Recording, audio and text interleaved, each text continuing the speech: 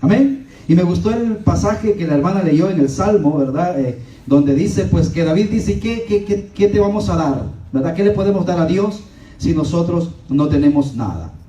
Mire, estamos entrando en un tiempo, en este tiempo, estos 2 meses que vienen, la recta final del año 2016, y se despierta un movimiento, se despierta un sentir en toda la población mundial, y la gente se perfila a dar, ¿verdad? Todo es dar. Ahora ya como que el corazón del hombre se pone más sensible a dar. Viene la Navidad, viene todo este tiempo, ¿verdad? La gente se mezcla en regalos y como que el corazón del hombre está ya mecanizado para que en este tiempo pueda dar. Y bueno, el Señor me llevó a este tema, ¿verdad? Lo que tengo, te doy. Y me gustaría que fuéramos a la palabra de Dios en el libro de los Hechos, capítulo 3, versículo del 1 al 10. A medida que encuentren el pasaje, se ponen en pie en reverencia a la palabra del Señor. Hechos 3.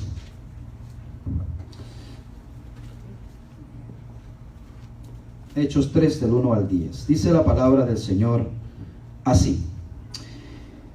Pedro y Juan subían juntos al templo a la hora 9, la de la oración.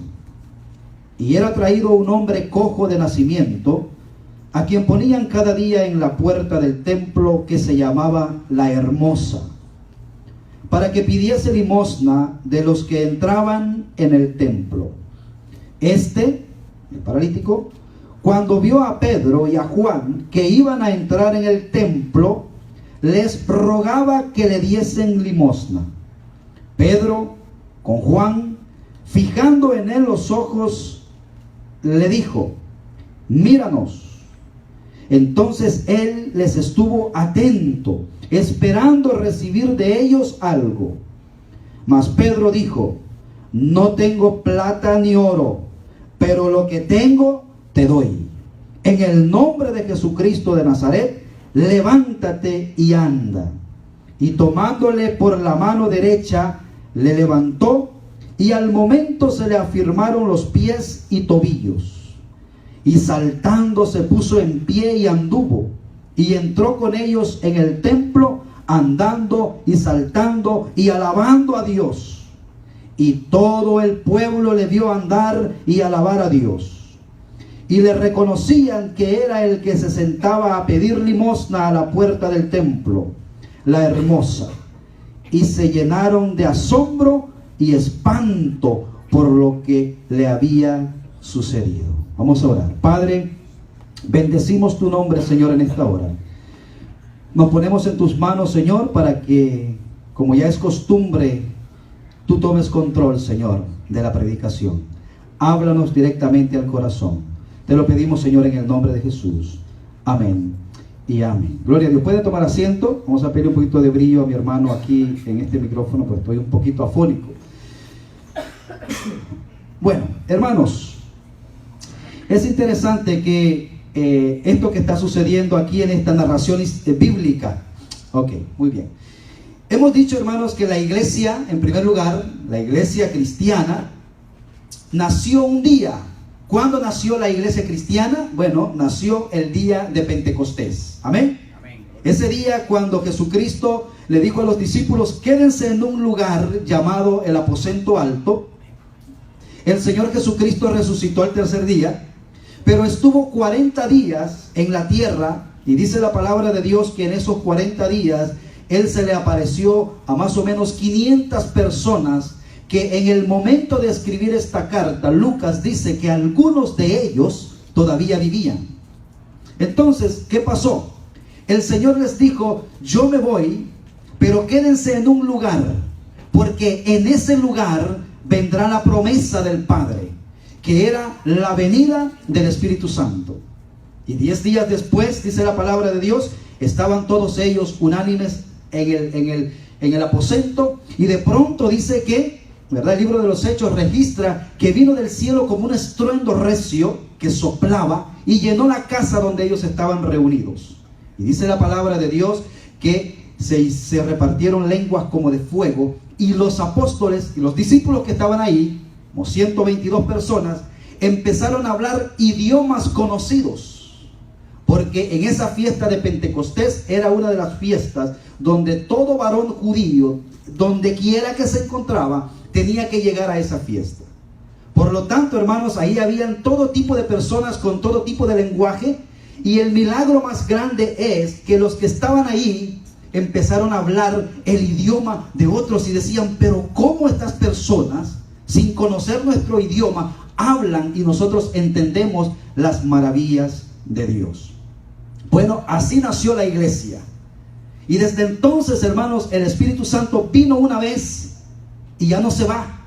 Se irá hasta que la iglesia sea levantada, ¿verdad? Ahora, entonces el Espíritu Santo bautizó a la iglesia.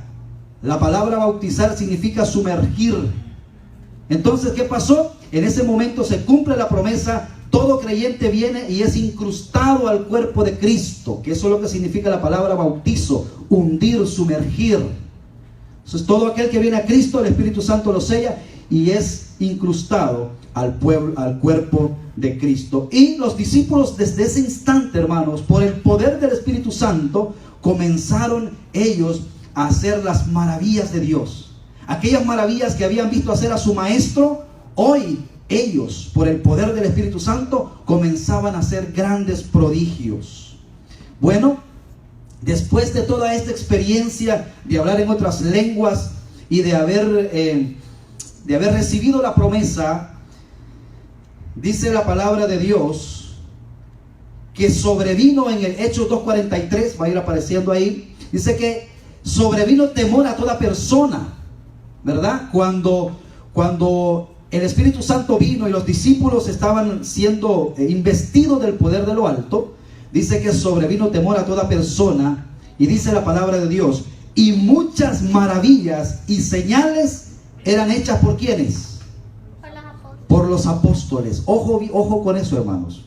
Fíjense que usted ve que la iglesia crecía, pero los registros que quedan de prodigios y milagros no era tanto de la iglesia en sí, sino más bien dirigido a los apóstoles. ¿Ok? Y eso es bien interesante. Hechos 2:43 dice eso. Mire, de todas esas señales que los apóstoles hicieron, que fueron muchas, la curación de este cojo, hermano, que vamos a entrar en detalle, sentado en el templo de la Puerta a la Hermosa, es la única que se menciona hasta aquí, hasta este momento. ¿Sabe para qué? Quizás para poner en contexto la manera como Dios iba a usar a los apóstoles para el avance del evangelio. Quiero que tenga en mente una cosa: ese gran milagro que los apóstoles realizaron en el nombre de Jesucristo tenía un propósito. Los milagros de Dios todos tienen un propósito. Amén. No es que Dios dice, voy a hacer esto, voy a hacer esto, voy a hacer lo otro. Todo está dependiendo de un propósito. Y el propósito, hermano, de los milagros era que el pueblo, que la gente se diera cuenta, ¿verdad?, de que el evangelio había llegado para toda criatura. Tomen en cuenta hermano. Este hecho, este milagro, pero este fue un milagrazo, lo vamos a ver más en detalle. Este milagro condujo a miles y miles de personas a los pies de Jesucristo, a unirse a la iglesia. Y es interesante esto, hermanos. Con este hecho portentoso, quedaba demostrado que el verdadero propósito de los milagros era dar cabida al anuncio de la palabra de Dios, que es lo más importante, hermano, la sanidad del alma. Hay una foto por ahí que me llamó mucho la atención.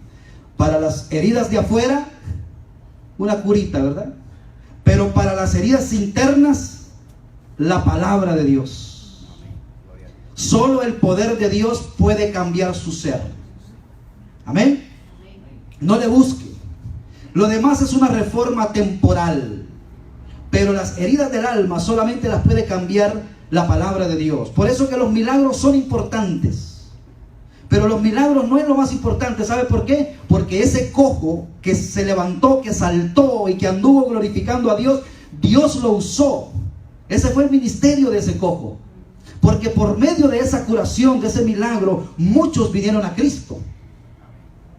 Interesante eso, hermanos. Porque muchas veces lo que usted cree que es su gran problema es lo que Dios quiere usar para glorificarse. Amén. Ahora, lo que quiero decir es que este cojo eventualmente murió, ¿verdad? Entonces, lo más importante no es la curación física, no es lo temporal, no es lo que usted puede lograr temporalmente. Eso no es lo más importante, aunque dentro del proceso Dios es bueno y nos ayuda. Amén. Amén. Pero lo más importante es la sanación del alma. Porque esos milagros tuvieron un propósito, y es que más adelante dice que muchos creyeron en el Evangelio. Ahora dice usted, ¿debemos creer nosotros y debemos de operar estos milagros que operaron en el principio? Bueno, hermanos, déjeme decirle, en ese tiempo ellos no tenían la palabra de Dios. Dice más adelante Hechos que nosotros como iglesia debemos de permanecer en la doctrina de los apóstoles y de los profetas. Ya yo no tengo que andar buscando revelaciones extras. Lo que está aquí es lo que Dios quiere que yo obedezca. Amén. Y alguien dijo, si algo es nuevo, es falso. Si por ahí vienen nuevas revelaciones, cuestiónelo. ¿Sabe por qué? Porque el Señor Jesucristo dijo, Él nos mandó a predicar todo lo que yo os he enseñado. Entonces, todo aquello que no se ajusta a la enseñanza de Cristo, deséchela. Aunque suene bien, aunque suene llamativa, no es palabra de Dios. Mire lo que dice aquí, Hechos 4:4. Pero muchos, Hechos 4:4, pero muchos de los que habían oído la palabra, ojo con esto, creyeron. Habían oído la palabra, creyeron. Y el número de los varones era como de 5,000. Hermanos, mire qué crecimiento de la iglesia. 5,000 varones. Imagínese usted, hermanos, una iglesia que recién abre sus puertas, que es bautizada, que comienza y de pronto empieza con un aceleramiento así. Interesante, ¿no? El paralítico, hermanos, este paralítico que era traído y lo sentaban cerca del templo, es un cuadro pero exacto de la tragedia humana. Ese es un cuadro que pinta, hermanos, la tragedia humana actual. No importa si la persona físicamente se vea muy bien, pero si no tiene a Cristo, que es la única esperanza, esa persona es un paralítico espiritual. ¿Por qué usted cree que los ricos y famosos optan por abandonar este mundo? Porque se dan cuenta que las riquezas, como dijo el proverbista, son como las palomas, agarran alas y se van. Esas son las riquezas. Por lo tanto, hermanos, lo más importante es lo eterno. El paralítico nos ilustra esto. Lucas, acuérdense que Lucas, quien escribió el libro de los Hechos, era un médico. Y él da detalles y da ciertos pronósticos, ¿cómo se dice? Diagnósticos médicos, ¿verdad? Él no omite detalles en esta historia, Lucas. Y dice que era un paralítico de nacimiento. Eso es importante, hermano, cuando usted lee la Biblia. Y es importante también en la conexión que yo estoy haciendo en este punto, en la gente que es paralítica espiritual. Dice la palabra, dice, este hombre era paralítico ¿de qué? De nacimiento. No fue que un día iba manejando su camello y otro camello lo atropelló. No. Este hombre nació paralítico. Imagínese, su madre fue a dar a luz y de pronto vio a este niño. Qué dolor más grande. Qué tristeza más grande para una madre. Incluso, hermanos, el dicho popular de todas las madres que están embarazadas dice, no importa lo que sea, con solo que venga bien. Si no viene bien, también, ¿verdad? Porque ¿qué pasa si no viene bien? Tremendo eso. Este niño no vino bien. Dice que de nacimiento vino paralítico. Y eso nos habla a nosotros, hermanos, de un punto espiritual tan grande.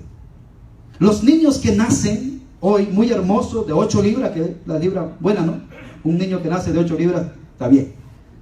Pero nace muerto, espiritualmente nace muerto. Entonces dice, este hombre era un paralítico de nacimiento. Hermanos, yo quisiera, de alguna manera, no quiero llevar a que usted se imagine tanto, ¿verdad? Que no se pase, pero imagínese un poco, o póngase en los pies de este hombre paralítico. Qué difícil es para nosotros, hermanos, ver a una persona llevada por una silla de rueda, un niño, un joven, una muchacha, que hemos visto, ¿verdad?, en los moles, que lo llevan a los moles a distraerse un poco. ¿Qué le pasa a usted cuando ve ese tipo de personas? Es triste, ¿verdad? Y da una compasión tan grande ver a una persona así. Y no nos queda más que vernos nosotros y decir, qué cosa, ¿no? Yo quejándome. Este hombre, hermanos, su vida era una tragedia. No se sabe el nombre de esta persona. Nada más aparece como un paralítico. Perdón. Ese hombre, hermanos, había visto a los demás caminar.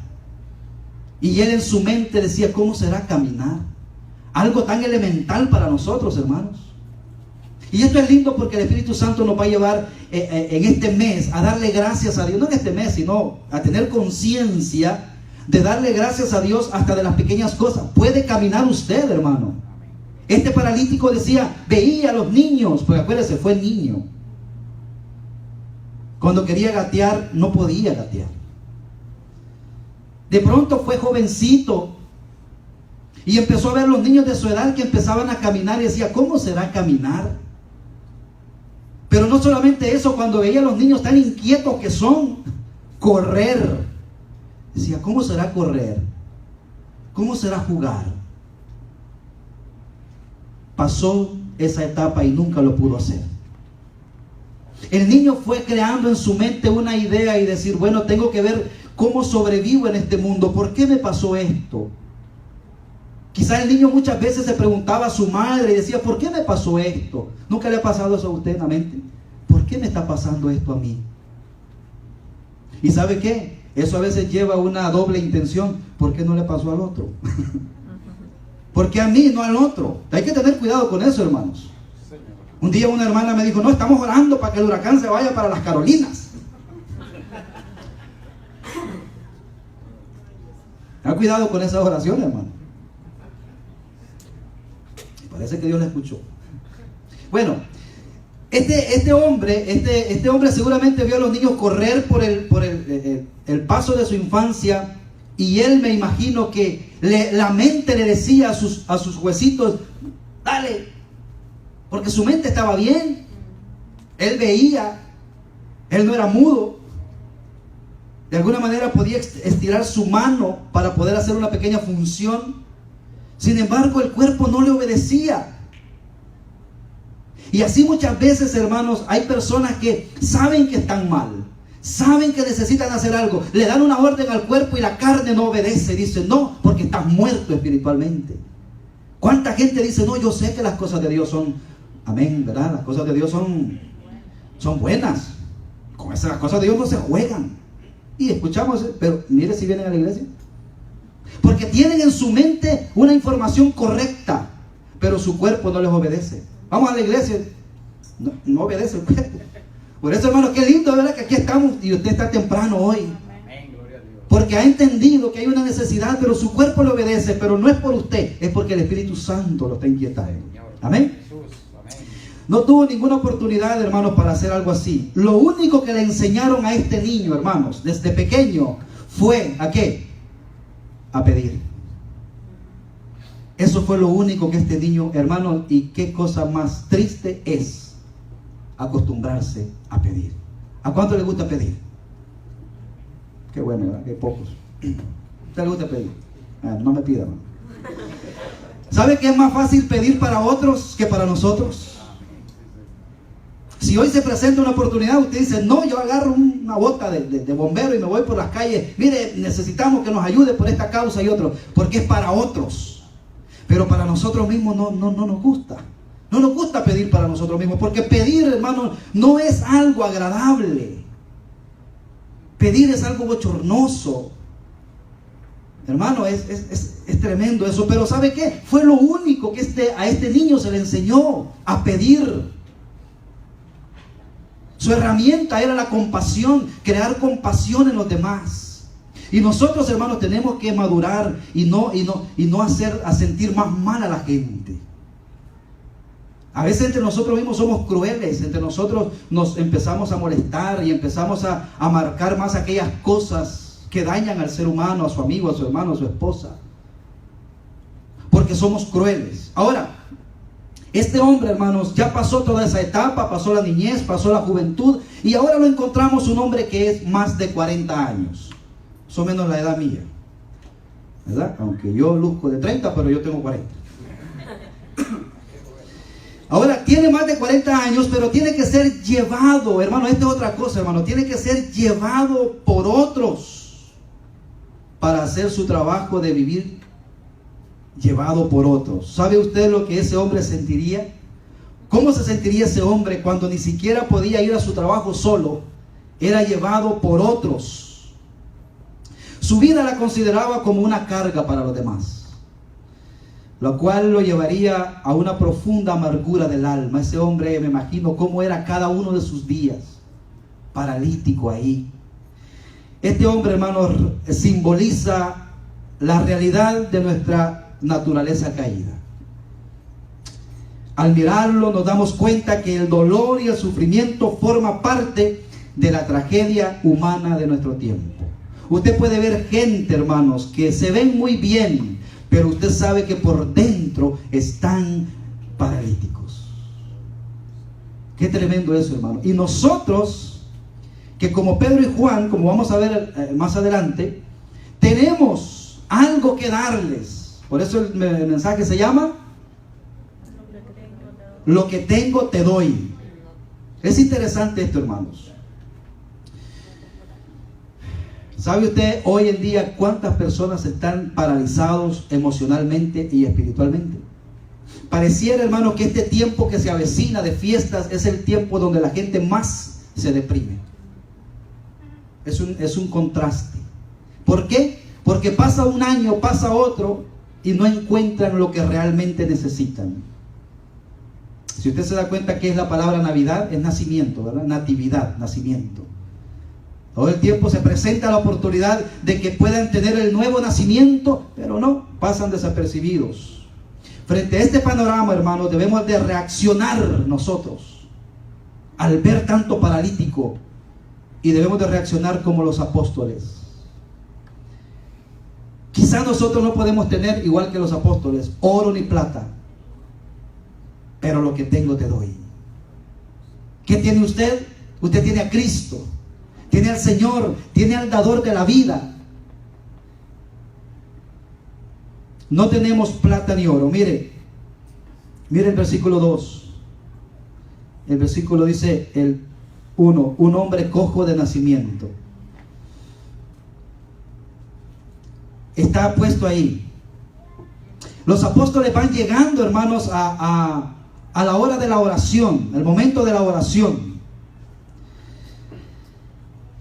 Fue a las 3 de la tarde. A las 3 de la tarde.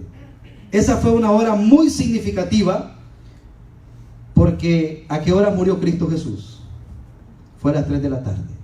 Y es interesante, hermanos, porque el Señor usa esta circunstancia para glorificar su nombre. También fue significativo porque ellos se toparon con ese hombre en esa condición cuando se dirigían a la oración. No sabemos, hermanos, cuántos de los años que este hombre tenía había pasado en ese lugar. O sea, la Biblia no dice a qué edad lo comenzaron a llevar allí. Lo que sí dice que era un hombre cojo de nacimiento, un hombre que necesitaba tanto. Pero ¿sabe qué? Era un hombre que, aunque no sabemos cuánto tiempo tenía de estar ahí, algo había perdido en su vida. Había pasado la etapa de la niñez, la etapa de la juventud, y ahora era un hombre maduro de más de 40 años. Algo había perdido él, y ¿sabe qué era? La esperanza. Dice, ya yo estoy en la edad adulta, yo pues no tendré esperanza. Yo moriré en esta circunstancia, moriré en esta condición. Y había perdido la esperanza. Yo no sé, hermano, usted que está aquí esta tarde, ¿qué circunstancia pasa en su vida? No sé si usted ya perdió la esperanza de algo que está esperando en Dios.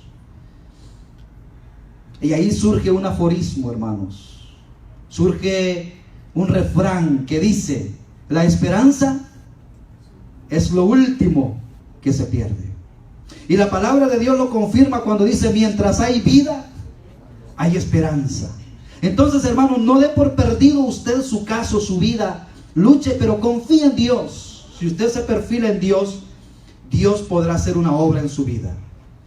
Donde muere la esperanza, ¿sabe qué sucede donde muere la esperanza?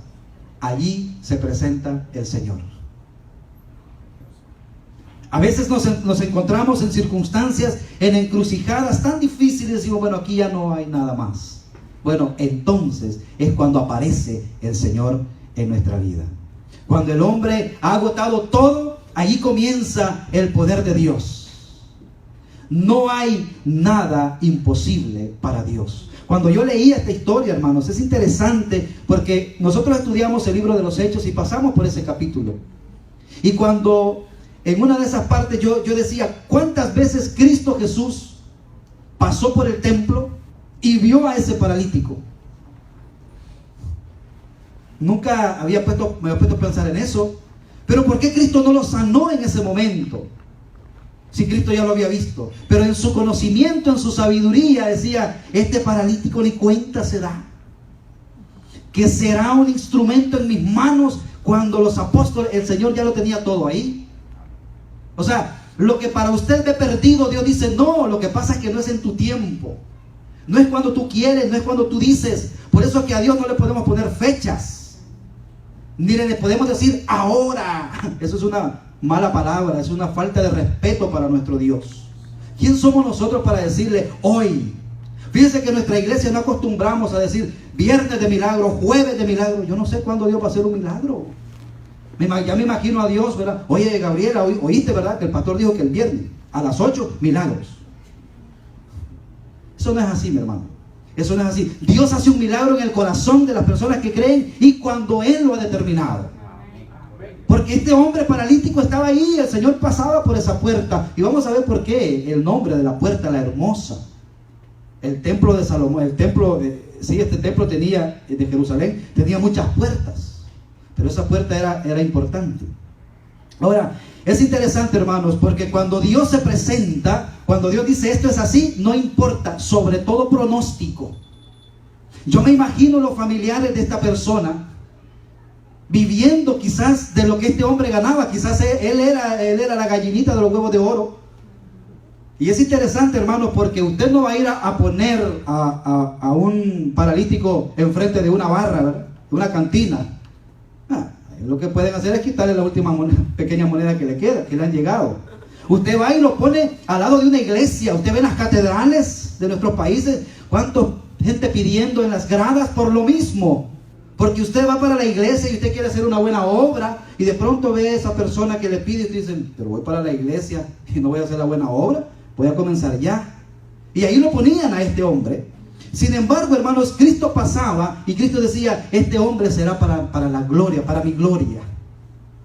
Y yo me glorificaré en este hombre. Así que, hermanos, tranquilo, ponga su vida, ponga sus circunstancias en las manos de Dios, que aunque usted no le encuentre por dónde, el Señor en su momento se va a glorificar. Amén. Y ese milagro no es para su gloria, ese milagro es para que los demás sepan quién es Dios. Porque este hombre se levantó y producto de ese milagro, dice la palabra de Dios, que muchos creyeron, como 5,000 hombres. Y acuérdense que cuando la Biblia dice hombres aquí, eran hombres de familia. Como Josué que dijo, mi casa y yo. O sea, él dijo, no, a mi casa y yo la dirijo también en los caminos del Señor. Eran hombres que sabían cuál era el rol de la familia. Decían, no, en mi casa y yo serviremos a Jehová.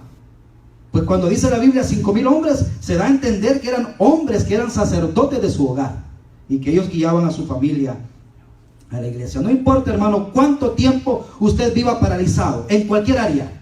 Le voy a decir una cosa, hermanos. Nosotros estamos acá en la iglesia y somos hijos de Dios, pero hay áreas en su vida que usted las tiene paralizadas. Y esa área en su vida lo avergüenza a usted. ¿Es algo que usted no puede hacer? Pues déjeme decirle, hermano, que Dios puede darle la victoria lo más pronto posible, como usted quiera. Porque la voluntad de Dios es vuestra santificación. Amén. Ahí sí que no hay que buscar, Señor, ¿es tu voluntad que yo deje este pecado? Claro que es la voluntad de Dios que usted viva en santidad. Pero Dios no puede obrar en esos casos a menos que nosotros le entreguemos a Él. Despojaos, dice el Señor, ¿verdad? No le pida al Señor que le quite cosas que Él nunca le puso. Ponían, dice la palabra de Dios, cada día a la puerta del templo que se llamaba La Hermosa. Versículo 2 al final. Tenemos aquí, hermanos, algo que, como les dije, vamos a explicar un poquito esto de la puerta. Es un detalle muy interesante que no lo podemos pasar por alto. ¿Por qué esta puerta se llamaba La Hermosa? Bueno, ya dije que había muchas puertas. Y Lucas se asegura de identificar, hermanos, que la puerta se llamaba La Hermosa. ¿Y por qué ese singular nombre? Bueno, dicen los comentaristas que esta puerta estaba hecha como de un tipo de metal, como de plata, más o menos, que con el resplandor del sol, esta puerta desde lejos como que llamaba a los feligreses, porque resplandecía. Y era la puerta principal, ¿verdad? Y por ahí entraban al templo. Y le llamaban la puerta La Hermosa, así le decían. Ahora, es importante que ahí ponían a este hombre porque era el lugar de más flujo de personas. Usted no va a ir a poner a un paralítico en un callejón, ¿verdad? Va a ir a ponerlo donde pasa más personas. Es más, la gente aquí, que ya se convirtió en una epidemia, están en los semáforos importantes. Yo tengo que andar ya un cuaderno para decir, check, este ya le di, este no le di, este ya le di, porque hermanos, es increíble. En cada semáforo hay una persona ahí. Y a uno ya no sabe si dar o no dar, si hace más mal que bien dándole o no. Ya es tremendo eso. Me gustó que en Tampa eliminaron eso. Ahora que está pidiendo le llevan preso. Porque hermano, ya la gente se dio cuenta que eso es un gran negocio. Bueno, no sé por qué me salí de aquí. Pero realmente, hermanos, a este hombre lo ponían en ese lugar donde había más flujo de personas. Claro, por supuesto, ¿verdad? Para que él pudiera obtener más dinero. Me imagino yo que quizá él era una fuente de ganancia para esa familia. No lo sé. Ahora, los visitantes podían ver desde lejos a esta puerta. Pues ahí era donde ponían a este paralítico, y dice la palabra de Dios, cada día. Imagino que había alguien que se encargaba de llevarlo y alguien que se encargaba de irlo a traer, a buscar. Qué tremendo trabajo, ¿verdad? Hay algo, hermanos, que a mí me llama mucho la atención, y pongan mucho cuidado en esto que le voy a decir. ¿Qué hacía la gente en el templo? ¿A qué entraba la gente al templo? A orar, ¿verdad? A buscar el rostro de Dios. ¿Dónde estaba este hombre? ¿Estaba dentro del templo o estaba fuera del templo? Estaba fuera del templo. Mire, este hombre, al igual que muchos hoy, están tan cerca de Dios, pero al mismo tiempo están tan lejos. Eso es tremendo. Este hombre estaba ahí, cerca del Dios Todopoderoso, o por lo menos del punto de reunión donde podía tener ese contacto con Dios. Ahora, él no entraba porque la ley decía que ese tipo de personas no pueden entrar al templo. Era inmundo, no podía entrar. Vivía tan cerca de la casa de Dios, pero tan lejos del Dios de la casa. Y que Dios nos enseñe y que nos ayude. Porque usted puede estar hoy aquí en la casa de Dios, tan cerca, pero al mismo tiempo su corazón tan lejos del Dios de esta casa. El Señor Jesucristo lo ilustró de esta manera: ustedes me honran con sus palabras, pero sus hechos, su vida está lejos de mí. Hermano, que Dios nos ayude a entender esta ilustración, tan cerca de la bendición, pero al mismo tiempo tan lejos. Si hoy se fuera a efectuar el rapto, la venida de Cristo, ¿cómo quedaría este cuadro aquí? Espero que el pastor se vaya también. ¿Cómo quedaría esto? ¿Ya pensó usted cómo está su vida con Cristo? ¿O los afanes de este mundo lo tienen tan ahogado que no tiene tiempo para pensar en lo eterno? Ya vendrá tiempo. Cuidado con eso, hermanos. Porque este hombre vivía tan cerca de Dios, pero al mismo tiempo tan lejos. Todos los días. Y mire, usted quizás no viene todos los días a la iglesia. Pero este hombre todos los días estaba en la misma condición, tan cerca de Dios. Todos los días. Él veía que la gente entraba, que la gente salía. La gente entraba, la gente salía. Él por su condición física no podía, ya dijimos, ¿verdad? La ironía de su vida era que mientras contemplaba la belleza de la puerta, y esto también tiene otro punto que Dios me está poniendo en el corazón. ¿Quién es la puerta de salvación? Cristo, ¿verdad? A veces admiramos la puerta y decimos, no, Cristo, su belleza. Gloria a Dios, qué lindo Cristo. No, si no es por Cristo, no. Nada más admiramos la puerta, pero no entramos. Me imagino a este hombre frente a esa puerta hermosa. Era ya para él una imagen tatuada en su mente, la puerta, la hermosa, porque él se sentaba frente a esa puerta. ¿Cuánto tiempo frente a la puerta, hermanos, sin poder entrar? Cristo Jesús dice, yo soy la puerta, el que por mí entrare será salvo. No solamente identificarla, no solamente llegar cerca, sino que hay que entrar. El que no entra por la puerta, hermanos, no puede. Esa es la ironía de su vida. Mis amados, ¿cuántos hombres hay también en esta misma condición? A lo mejor están en el mismo templo, pero paralizados espiritualmente. ¿Cómo está su vida espiritual? El Señor dice, tienen nombre de que viven, pero están muertos. Eso está interesante. Eso. Necesitamos darle a Jesús, hermanos. Necesitamos entregarles a Jesús, el dador de la vida. Dice el versículo 3. Les rogaba. Pues vieron, ¿verdad? Que llegó los apóstoles. Y dice que cuando vio a Pedro,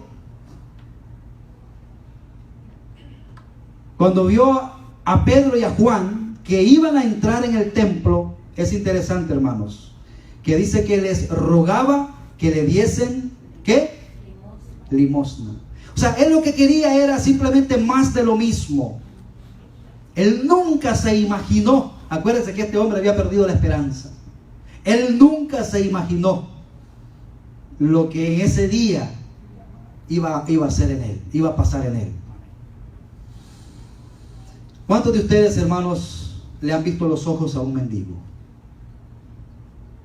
Fíjense que nosotros somos bastante crueles, pero poco nos hemos detenido a verle los ojos a los mendigos. Dice la palabra de Dios que los ojos son las ventanas del alma. La palabra de Dios dice que si tu ojo es bueno, todo tu cuerpo será bueno, ¿verdad? O sea, los ojos son importantes, pero los ojos, hermanos, de los mendigos siempre son, más allá de la vestimenta, más allá de su mal olor, ¿verdad? Porque es tremendo eso, su vestimenta, su mal olor. Pero más allá, hermanos, hay unos ojos hundidos. Y dentro de esos ojos, si usted es espiritual y usted mira, usted va a poder ver la gran tristeza que hay en el corazón de esas personas. Y muchas veces nosotros lo vemos, ¿verdad? Cuando vemos una persona triste, vemos los ojos y decimos, algo le pasa a esta persona. Bueno, por eso es que los discípulos hicieron algo diferente, hermanos. Ellos, este tipo de paralíticos o de personas que se ponen a pedir, siempre tienen un canasto, ¿verdad? Un lugar donde agarran sus monedas. Y hay gente que de lejos se las tira, ni siquiera se acercan. Pero los discípulos hicieron algo, hermanos, diferente, que es importante destacarlo aquí. Ellos vieron el rostro marcado y dice que le dijeron, míranos, míranos. Y me imagino que para el paralítico, hermanos, esa era una experiencia nueva. Dice, pero a mí nunca me han pedido ver mis ojos, ver cara a cara a las personas. Y es interesante, hermanos. Dice que Pedro y Juan, en el versículo 4, Pedro y Juan, fijando en él los ojos, le dijeron, míranos. ¿Hacían, hermanos, esto los demás? No creo. Todo mundo iba deprisa. Y eso es un problema, hermano. Los discípulos se detuvieron y empezaron a tener compasión. Los demás iban deprisa al templo a orar. No me detengo porque voy al templo a orar. Estos hombres no, se pararon y le dijeron, míranos. Aquí comienza para el paralítico algo diferente. ¿Sabe por qué? Porque dos de los discípulos se detuvieron a prestarle un poquito de atención. A veces la gente eso es lo que necesita. Menos de nuestro corre y más tiempo. Siéntate, escucha a las personas. Fíjense que aquí podemos tener un grupito bonito, ¿verdad? Pero usted no puede venir domingo tras domingo y no sabe quién es el hermano, de qué país es, qué le gusta, cuál es su hobby. No nos conocemos. ¿Por qué? Porque estamos siempre deprisa. Y cuando por algún motivo nos juntamos siempre los mismos. Y no nos damos la oportunidad de conocer a otros. Creo que debemos de romper esa mentalidad, hermanos. Los discípulos nos enseñan aquí algo diferente. Ellos no solamente dijeron, mira, dijeron, mira, ven, le prestaron atención, hermanos. Hermano, como que si una persona de estas no fuera un ser humano. Nos sentimos nosotros tan importantes que vemos a un paralítico y hasta nos cambiamos de acera. Eso no debe de ser, hermanos, la actitud de un verdadero hijo de Dios.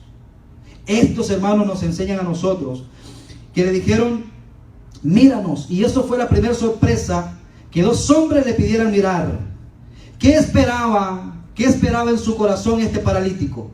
¿Qué creen ustedes que estaba esperando cuando estos apóstoles le dijeron, míranos? ¿Qué creen ustedes que esperaba el paralítico? Algo esperaba, porque dice la Biblia que esperaba de recibir de ellos algo, y lo que recibía era dinero. Dice, quizás esto sí me van a dar un buen cheque. Esto me están prestando atención.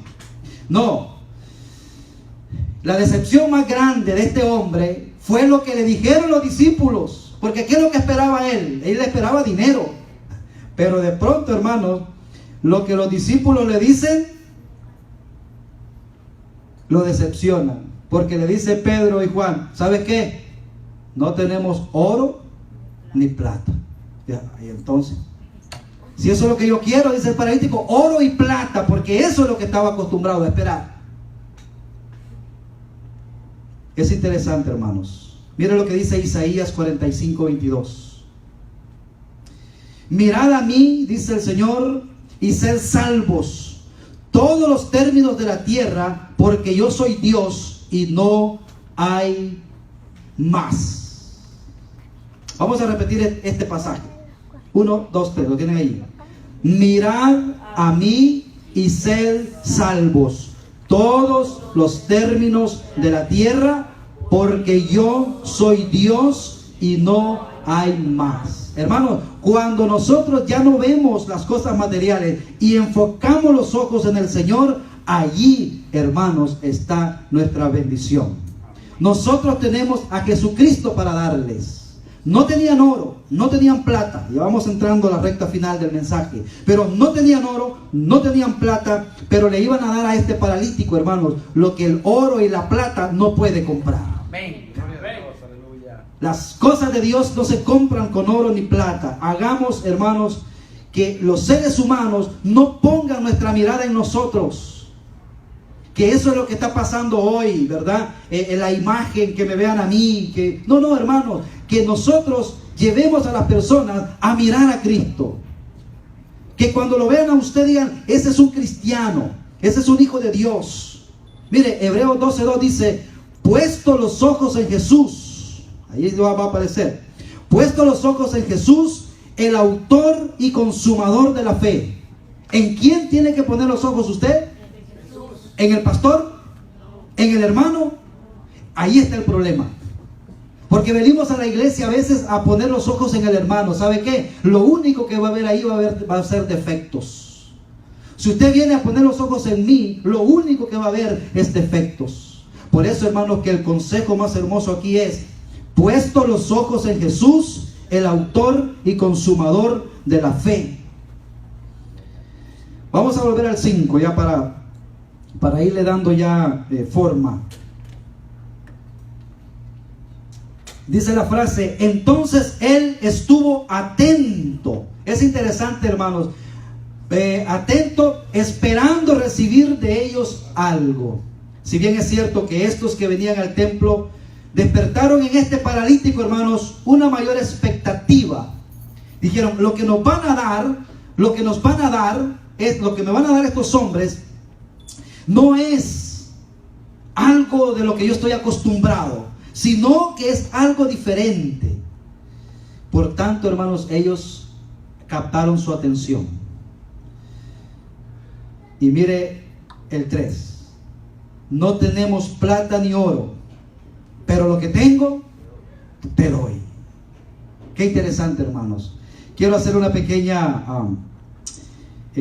acotación aquí. Dice la historia que más hace tiempo, ¿verdad? En la iglesia en Roma, usted sabe que son iglesias que están bañadas de oro. Los que han ido ahí al ¿cómo se llama? Vaticano. Al Vaticano, dicen que eso es una belleza, oro por todos lados, los copones de oro. Y dice que le dijo un sacerdote al otro y le dijo, oye, ¿sabes qué? Hoy ya no podemos decir como dijo Pedro y Juan, no tenemos oro ni plata, porque mira todo lo que tenemos. Y le dijo el otro, pero tampoco podemos decir, en el nombre de Jesús levántate y anda. O sea, lo que tienen solamente es oro, pero no tienen la autoridad que el Señor da en su palabra. El Señor dice aquí, no tengo plata ni oro, pero lo que tengo te doy. Hermanos, estas son las palabras más grandes de esta historia, o de este mensaje. Esas son las palabras más grandes. No tengo oro ni plata, pero lo que tengo te doy. Hermano, usted tiene un tesoro tan grande que no se compara con el dinero del mundo. Amén. Dice la palabra de Dios que nosotros somos vasijas de barro que portamos un tesoro. Interesante eso, vasijas de barro que tienen un tesoro. Y el tesoro es el evangelio, es la palabra de Dios, es las buenas nuevas. Usted sí tiene algo que darle a los demás. ¿Qué pudo ser más valioso para este hombre, hermanos? Que el oro, que tener su sanidad. Dice, no tenemos plata ni oro, pero lo que tenemos, o sea, la autoridad del nombre de Cristo para levantarte. En el nombre de Jesucristo de Nazaret, levántate y anda. Qué tremendo, hermano. Levántate y anda. Qué tremendo eso, hermano. De pronto, este hombre empezó quizás a escuchar un sonido en sus huesos. Porque un paralítico de nacimiento, hermano, ¿cómo será? Sus huesos de 40 años en el mismo lugar y de pronto quebrando Dios todo eso, transformando un corazón paralítico, una vida paralítica. En el nombre de Jesús de Nazaret, levántate y anda. Hermanos, ese es el nombre sobre todo nombre que debemos nosotros de adorar. Estas son palabras llenas de poder y determinación y palabras de autoridad. Dice más adelante, el 7, y al momento, ojo con esto, hermanos, y al momento se le afirmaron los pies y tobillos. En el instante se afirmaron los pies y tobillos. ¿Qué quiere decir esto? Que en nuestra vida, hermanos, en el momento en que nosotros le entregamos nuestro corazón al Señor, y en el momento que hay un nuevo nacimiento, en ese instante Dios crea una nueva persona. Y en el instante, hermanos, dice la palabra del Señor que este hombre, ¿verdad? Fue puesto, Hechos 4, 10, 8, dice, entonces Pedro, lleno del Espíritu Santo, 3, 8, dice, y tomándole por la mano derecha le levantó y al momento se le afirmaron los pies y tobillos. Y mire qué interesante. Y saltando se puso en pie y anduvo y entró con ellos en el templo adorando y saltando y alabando a Dios. Hermanos, nunca se imaginó este hombre poder entrar al templo. porque al templo tenía que entrar sano. Y fíjense que hasta en eso el Señor no quebrantó la ley, porque tenía que entrar sano. Dice que, mire qué interesante, hermanos, y aquí ya sí que voy cerrando. Este hombre, paralítico de nacimiento, recibe el milagro, y este hombre se levanta y se va para el templo a adorar y a glorificar a Dios. Ese es el resultado de una verdadera conversión. El que se convierte a Cristo no viene y se va, se aleja, no. Viene y entra y quiere adorar a Dios y quiere glorificar su nombre. Este hombre dice que levantándose, se puso en pie y anduvo y entró con ellos al templo. Qué tremendo, ¿verdad? Y saltando y alabando a Dios. Y todo el pueblo le vio andar y alabar a Dios. Mira el 10. Y le reconocían que era el que se sentaba a pedir limosna en la puerta del templo La Hermosa. Y se llenaron de asombro y espanto por lo que había sucedido. Ojo, quizá usted lo conocen como una persona paralítica perversa. Pero cuando lo vuelvan a ver después que Dios lo haya transformado a usted, personas que digan, ¿y esta persona es ahora diferente? Usted dígale sí, por la gracia de Dios. Amén. Qué lindo es, hermano, que cuando usted vuelva a ver a otras personas decir, ahora yo soy una nueva creación. Sí, pero tú eres el paralítico aquel que daba lástima. Dice, sí, eso era yo. Pero tuve un encuentro personal con Cristo y ahora el Señor me ha cambiado. Me imagino yo, hermanos, la vida de este paralítico, cómo después testificaba. Ojo, hermanos, después de este milagro a los apóstoles se les vino una. Incluso fueron a prisión por este milagro. Pero ¿sabe qué? No podían callar de decir las cosas que habían visto y oído. Cuando usted, hermano, se entrega a Cristo, no importa, óigame bien, no importa lo grande de su problema. El Señor puede glorificarse. Amén. Vamos a tomar un tiempo de oración. Y vamos a darle gracias a Dios en esta mañana. Y vamos a decirle, Señor, gracias te damos, Padre Santo. Porque a través de esta lectura bíblica, Señor, nos has enseñado que no hay nada imposible para ti. Y que tú, Señor, en tu momento, tú obras. Y cuando tú obras, Señor, no hay quien pueda detenerla. Yo te pido, Padre Santo, que nos ayudes en esta mañana a identificar, Señor, esas áreas paralíticas en nuestra vida. Esas áreas, Señor, que nos dan vergüenza. Esas áreas, Señor, que nos hacen perder la esperanza gloriosa. Te entregamos, Señor, nuestra vida. Todas las áreas de nuestra vida, Señor, las ponemos en tus manos, para que seas tú glorificándote en nosotros, Señor. Y por aquellas personas, Señor, que todavía, al igual que este hombre, estaban en la puerta, pero no entraban, te pido, Padre Celestial, que hagas una obra, un milagro, Señor, afirmando su vida espiritual, y que hoy puedan decir, yo quiero ser como ese paralítico que se levantó y anduvo y saltó y glorificó el nombre del Señor. Yo reconozco, Señor, que soy un paralítico espiritual y quizá ya he perdido toda esperanza, Señor, pero hoy te pido que me salves. Que lo que dijo Pedro y Juan, en el nombre de Jesús, levántate y anda, sean palabras que hoy yo las tomo para mí, Señor. Quiero levantarme en tu nombre. Quiero, Señor, salir de aquí glorificando tu nombre, Padre Santo. Pongo mi vida en tus manos. Haz conmigo, Señor, lo que tú quieras. En el nombre de Jesús oramos. Amén y amén. Gloria a Dios.